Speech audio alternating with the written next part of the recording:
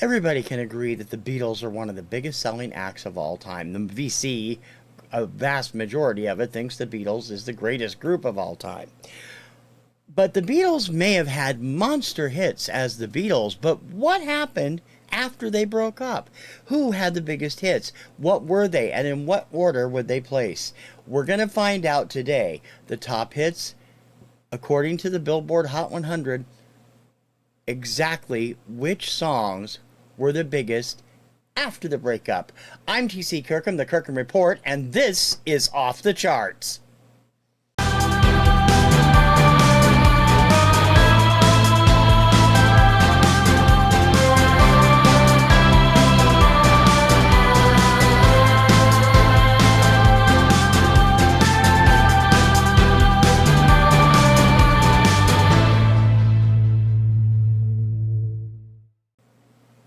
Welcome to Off the Charts. On this show each week I'm going to be going through the four major charts in America: Billboard, Record World, Cashbox, and Radio and Records, and determining some, answering some questions about genres, artists, all kinds of stuff.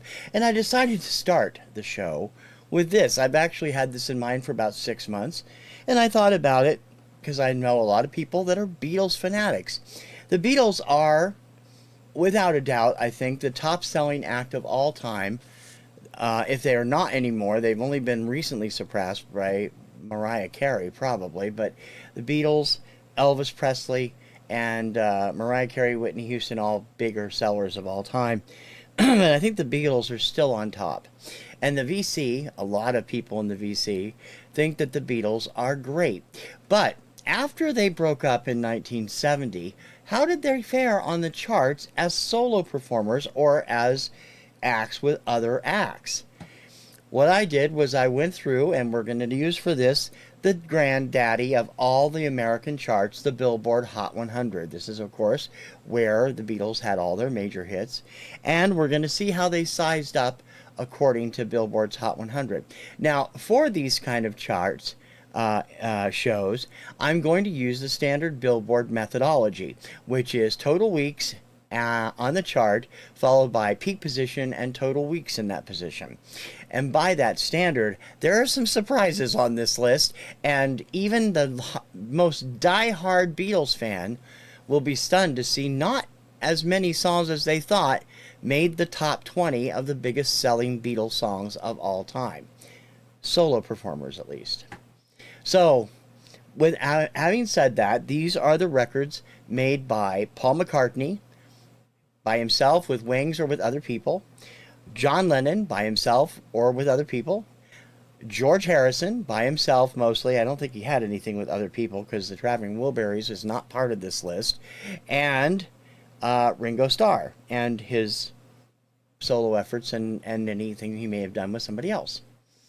The biggest surprise is some of the stuff that just missed the top 20.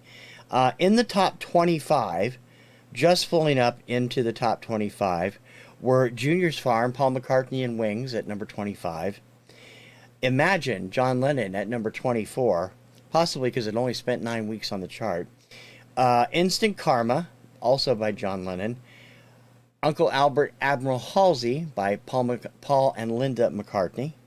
And at number 21, the No-No song, backed with Snookeroo, they were charted together, by Ringo Starr. Several others are below that. I think there was a total of 60-some songs on the chart.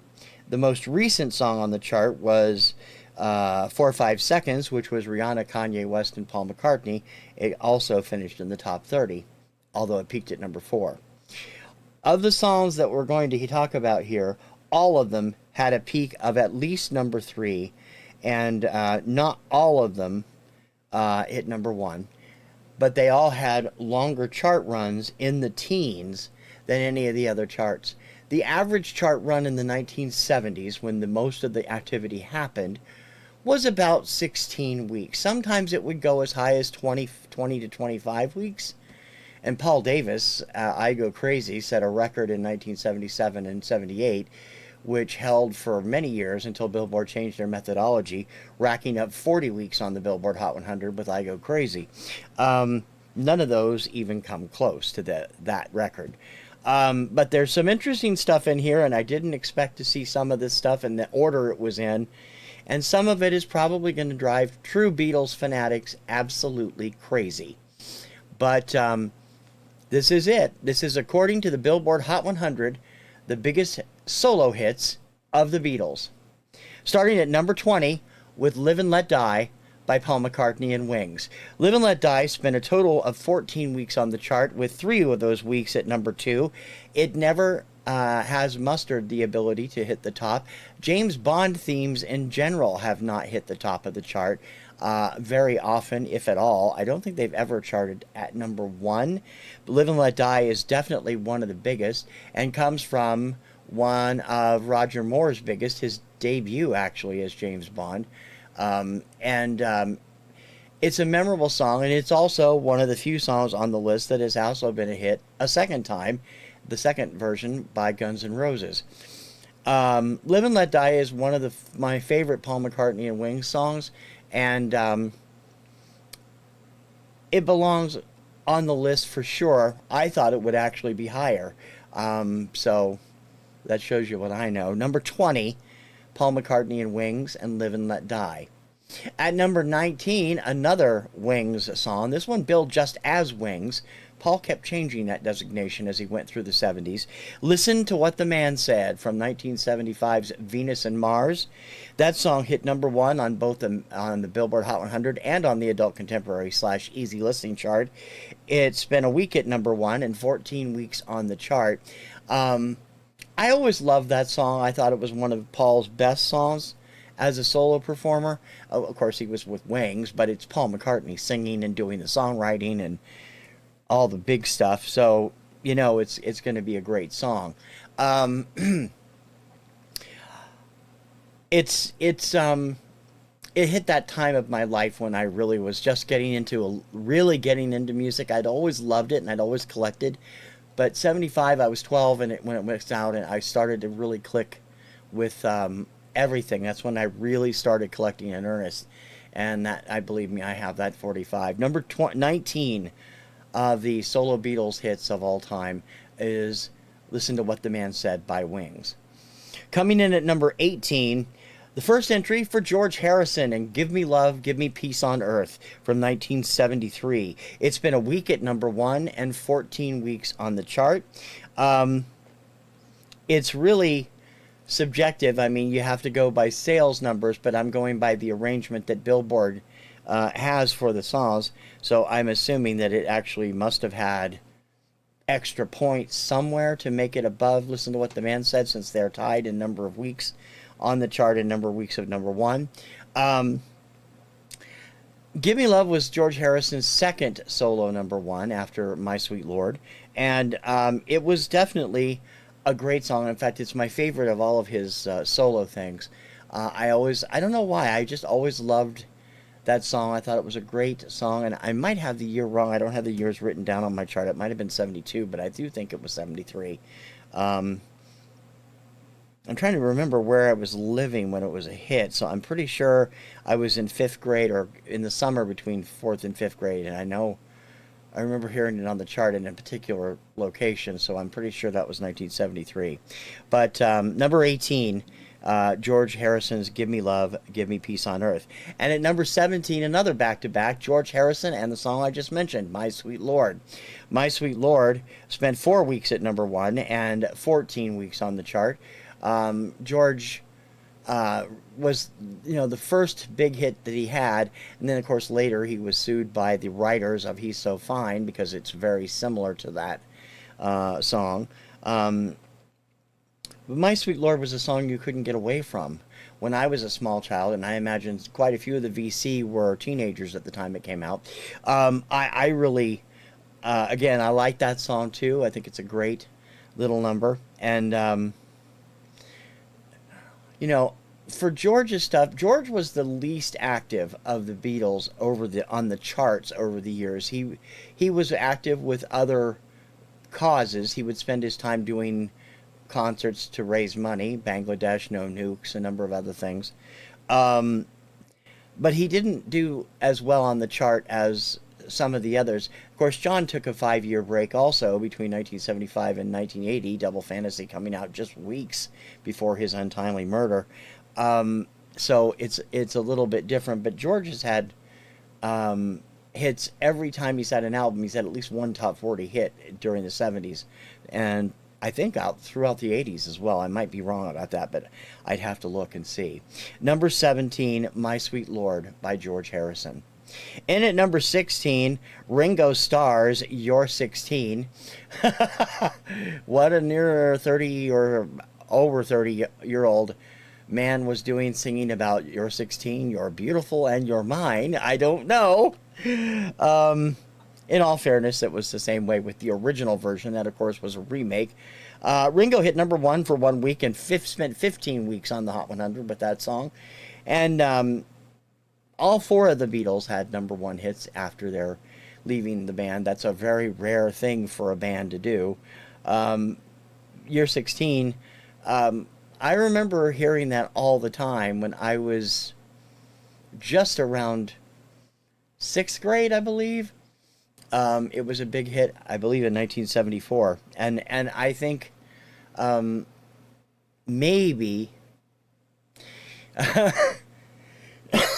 it may have spawned the success of Only 16 by Dr. Hook a couple years later. A lot of these jailbait songs going around in the 1970s. Number 16, You're 16 by Ringo Starr. At number 15, John Lennon, and I believe it's also the Plastic Ono Band, and Whatever Gets You Through the Night. It spent 1 week at number 1 and 15 weeks on the chart. Again, their semantics were billboards that I don't know why that's higher than Ringo, because they spent the same amount of time. But it's going by whatever they use. John as a solo performer was never a favorite of mine. I've never been enamored with John in most of his songs. I liked a good deal of his stuff that came out right when he was killed, unfortunately. I love Double Fantasy. Starting Over and Woman were both great songs. But his earlier stuff, particularly the really early stuff, with the exception of Imagine, but it's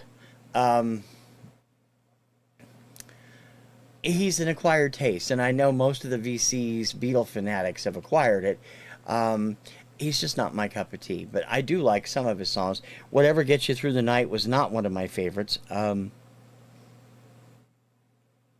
What can I say? It's just me. John Lennon, number 15, and Whatever Gets You Through the Night. And back to back with one of the songs I truly loathe by Wings. Number 14, Let 'Em In. Let 'Em In from 1976 peaked at number 3, spent 4 weeks at the in that position, and a total of 16 weeks on the chart. Sorry, I'm trying to read this Excel file program. I've never liked this song personally. Everything from that album, Silly Love Songs, was exactly what it said it was. Everything else, Maybe I'm Amazed was a great song, but that, of course, came out way early on McCartney's first solo album before it became a big hit off the live album. Let 'Em In just irritated me. I just never cared for it. It's from Wings at the Speed of Sound. I have to remember the right name. And, of course, I don't know what it was about that song. It just bugged me. So if you're a fan of that song, more power to you. Don't play it for me, okay? Number 14, Let 'Em In by Wings. In at number 13, which spent 16 weeks on the chart and 3 weeks in the runner-up position, number 2, was George Harrison's tribute to John Lennon all those years ago from 1982. Of course, he was talking... there was that and When We Was Fab, which came out later. Were both... well, one was more about the band than it was just John, but all those years ago was aimed at John's recent passing. And it's a good song. I think Elton John's Empty Garden is a better song. I have to be honest when it comes to John tributes. But it's definitely up there with one of George's better songs. And George, again, he's one of these people that some people fanatically love him. I think he's one of the best guitar players to ever come around. People didn't give him enough credit for it. But some of people really didn't care for his solo stuff. And I liked most of it. The only song that he did that I was not crazy about as a solo performer was Crackerbox Palace, which was a big hit in 1976, although it didn't make the top 20 on the chart, and nor did it make the top 20 of this list. But All Those Years Ago was a pretty good song. I mean, I still think, I mean, as a tribute to John, it was fantastic. And yes, I know I'm getting in all kinds of trouble with the Beatles fans. Sorry. Remember, opinions are my own. You don't have to listen to me. I've openly always said I never got all the fanaticism about the Beatles. I like them, but I'm not a fanatic for them. So there we go. In at number 12 is the highest of the hits from Ringo Starr, Photograph. Photograph spent a week at number 1 and 16 weeks on the chart. I think it's my favorite Ringo Starr song of all the hits that he had. It was definitely his biggest. Ringo was never taken seriously as a vocalist, even during his Beatles days. He sang lead on 2 or 3 of the singles, but most of the time the leads were done by John or Paul, with George on the odd occasion. Ringo kind of took a distant fourth. But Ringo actually had some of the better solo stuff. I really love some of his later stuff that wasn't a big hit. Rack My Brain is one of my favorite songs by Ringo. It barely cracked the top 40. I really think Ringo got the shaft as far as overall sales. But he did well enough to get number 12 on the Beatles solo singles Hot 100 list with Photograph. In at number 11, and here's the first one that everybody's going to scream about, because it's not, it's still a solo single, and it is still counted as a solo single because it's Paul McCartney. Number 11, The Girl Is Mine, Paul McCartney and Michael Jackson. That song spent 3 weeks at number 2 and 18 weeks on the chart. More appropriately billed to Michael Jackson and Paul McCartney because it comes from Michael's Thriller album, not from Paul's album. This was back in the period where Michael and Paul were good friends and doing everything. It was before Michael destroyed their friendship by buying the Beatles song catalog and dampening their friendship. It was a great little number for the time. The two of them are really good together, and it's not the only one they did together, and that one's coming up. Sorry. Number 11, The Girl Is Mine, Michael Jackson and Paul McCartney, a number 2 hit. Entering the top 10 are mostly the big hits that everybody knows and a couple of curveballs. Number 10, Band on the Run. It's been a week at number 1, 18 weeks on the Billboard Hot 100. Paul McCartney and Wings, of course, from their seminal album of the same name. I don't know of any other song by other acts that have done this, but Paul has done it 3 times. He has a song, has hit number 1. He's only hit number 1 with 2 of them. I think there was a third one somewhere down the road. Where the song has changed complete feel and tempo 3 times during the course of 3.5, 4 minutes. The first one was Uncle Albert, Admiral Halsey, and Band on the Run was the second one. There's the slow part, and then there's the middle part, and then there's the rocker part at the end. I found that very disconcerting, but also very creative, because for the time, nobody else was doing that. I don't think anybody else has really done that over the years. But it's one of my favorite Paul McCartney and Wings songs, and it deserves to be. I've always been partial to Paul as a solo performer more than just the Beatles, because I grew up in the 70s, and Paul was hitting big with Wings then, so it was a really big thing. In fact, we're going to be hearing his name more than any other name in the top 10.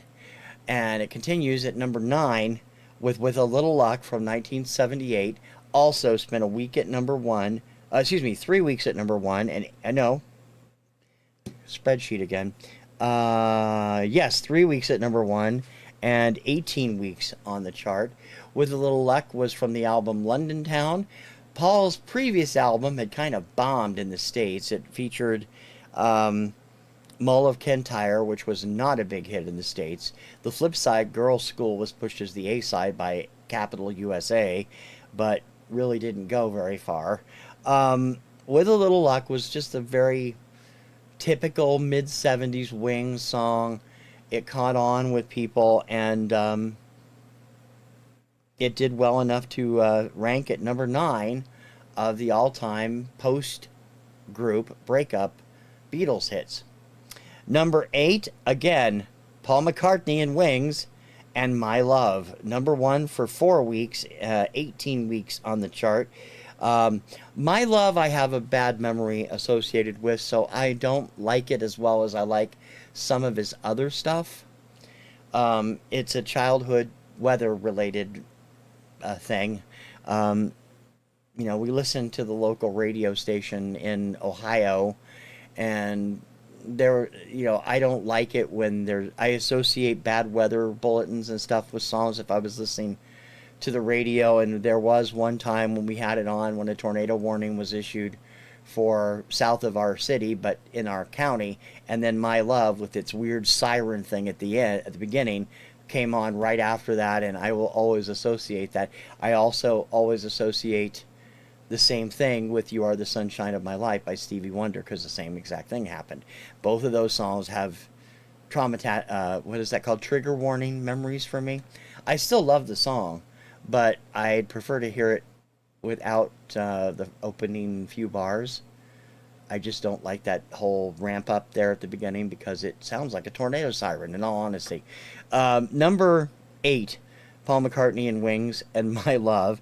At number 7, Paul McCartney and Wings, again, with Silly Love Song. Silly Love Song spent 5 weeks at number 1 and 19 weeks on the chart in 1976. It was the number 1 song of 1976. And people gave Paul crap for this song, especially Beatles fans. And they gave him crap for all the love songs, which is why he wrote it. So, who says the world has enough silly love songs? There's nothing wrong with silly love songs, like he says. And it's a great little song, although they did overplay it when it was out in the summer of 1976. It was there along with I'd Really Love to See You Tonight by England Dan and John Ford Coley, and Shop Around by Captain Tennille, and More by Andrea True Connection, and Afternoon Delight by Starland Vocal Band. And it was surrounding that period of time when they were all on the radio at the same time. And you got sick of it because they played it too much. And just like you got sick of the other ones because they played them too much. But it still did well enough to rank number 7 on the all-time after Beatles, the Beatles after Beatles chart list. At number 6, Paul McCartney and Stevie Wonder's Ebony and Ivory.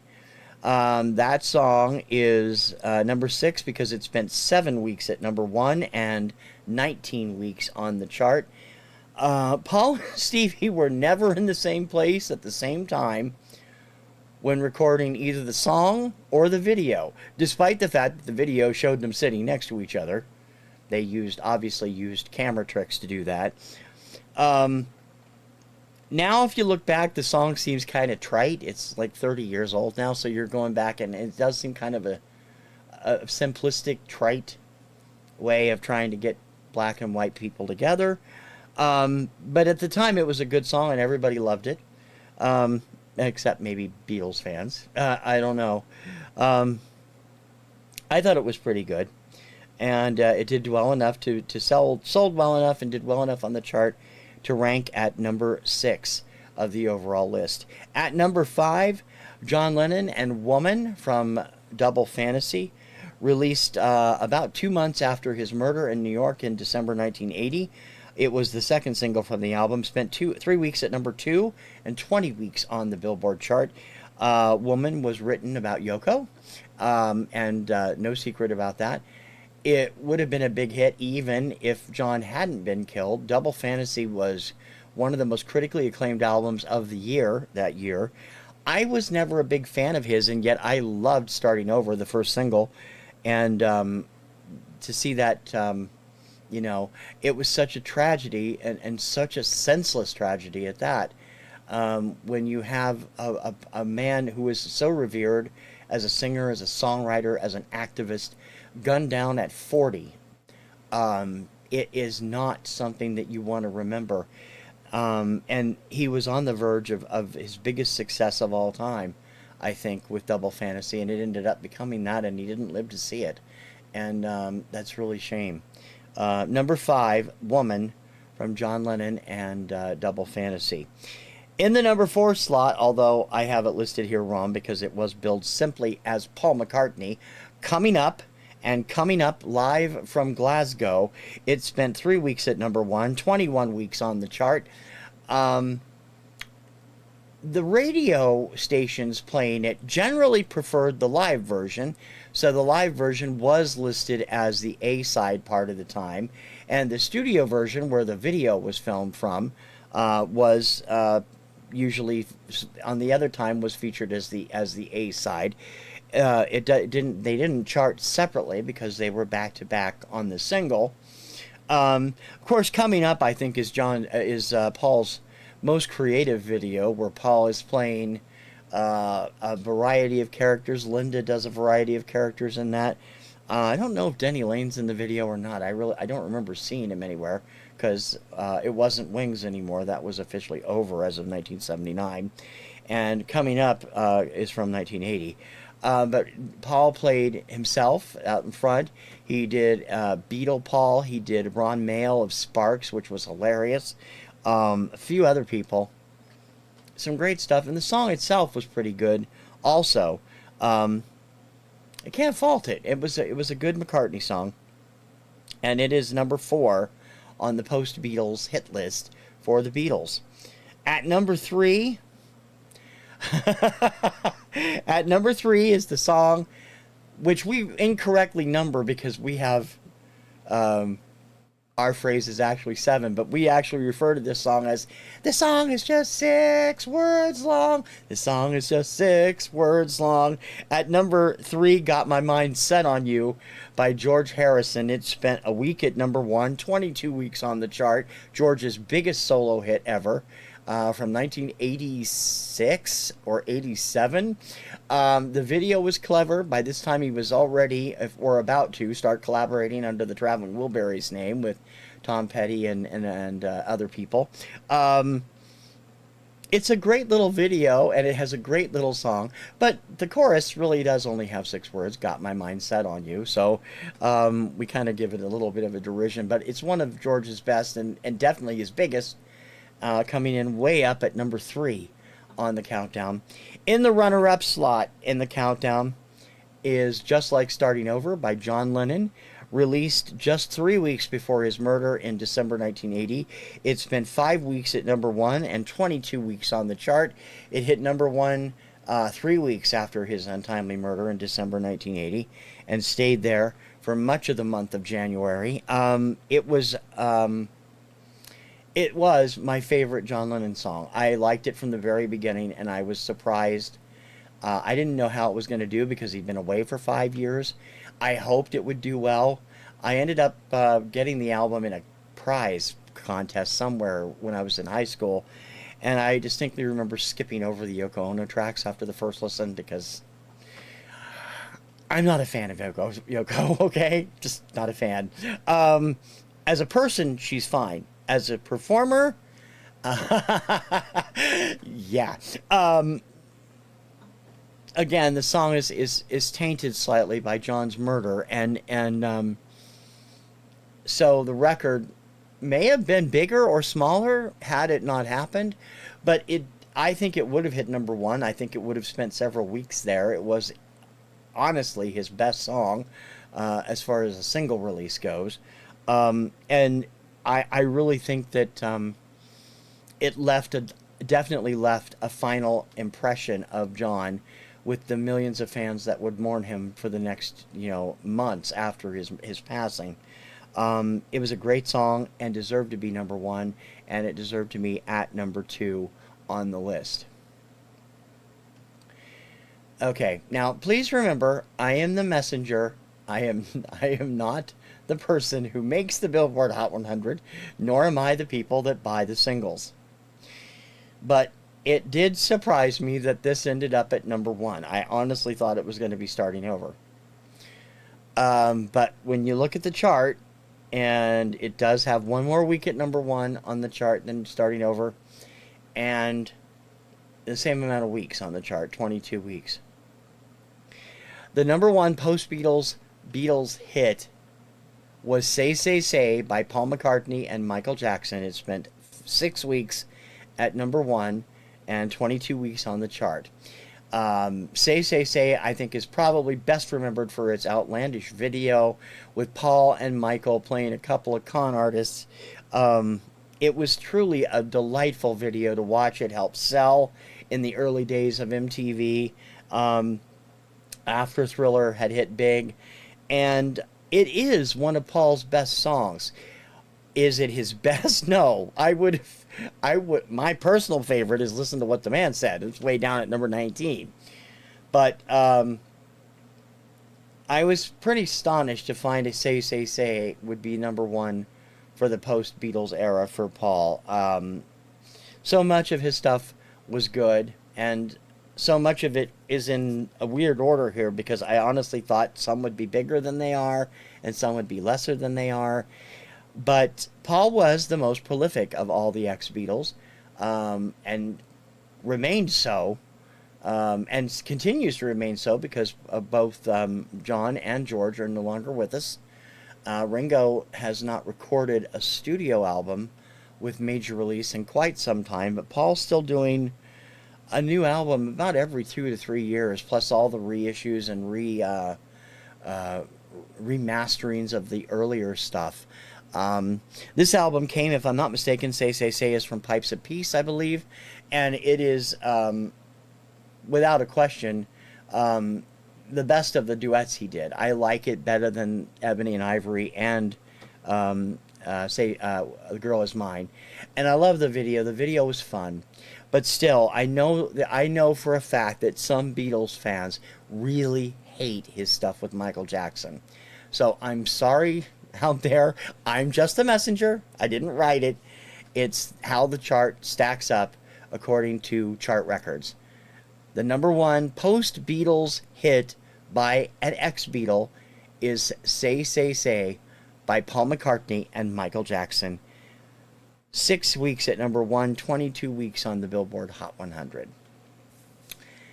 And that is the first off the charts. I hope you enjoyed or reviled what you heard. I didn't make the list. I'm just bringing it to you. I'm not trying to be the bearer of bad news, but, you know, I wanted to make sure that I wanted to get this done because I thought it would be an intriguing experience, and it's very eye-opening. It's hard to believe that as iconic as Imagine is, it only spent 9 weeks on the chart, which is just like, what? That was like half the time most songs spent on the chart back then. So it didn't make the top 20. A lot of great stuff, some questionable stuff, and at least it did have all 4 Beatles represented, although Ringo got the shaft again, way down at number 12 with his highest song. But I would be interested. I think if things had been different and John was still with us, there would be more John Lennon on the top 20, because all of what's there, except for Whatever Gets You Through the Night, is representative of his final album. So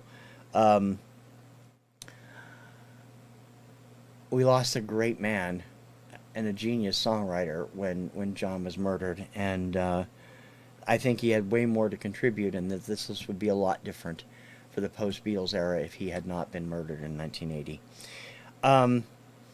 In any case, I'd love to tackle a topic for you. I've got a few in mind already, but if you've got an idea for a chart deep dive into a particular question about a type of song, a type of artist, a particular artist, or more, leave a comment or drop me a line in the email that's in the show notes, and I would be glad to take a look at it and see what I can come up with. We are going to base most of our stuff on Off the Charts will be based on the Billboard charts, usually the Hot 100, but occasionally we'll be veering into some of the other charts. But I do have access to Cashbox, which ran through 1996, Record World, which ran from 1983, and Radio and Records, which ran from 1972 to 1999. So there were, or 2003, something like that. So we can look at those also at some point in time. In any case, I hope you like the show. Please subscribe if you do, and please leave a like and a comment, because I would love to hear what you have to say. I'm sorry to be the bearer of bad news to Beatles fans if any of these didn't fit the way you wanted them to, but it is strictly on the basis of chart longevity and chart peaks. For Off the Record, yeah, get it right, TC. For Off the Charts, I'm TC Kirkham. I'll see you again soon. Ciao, baby.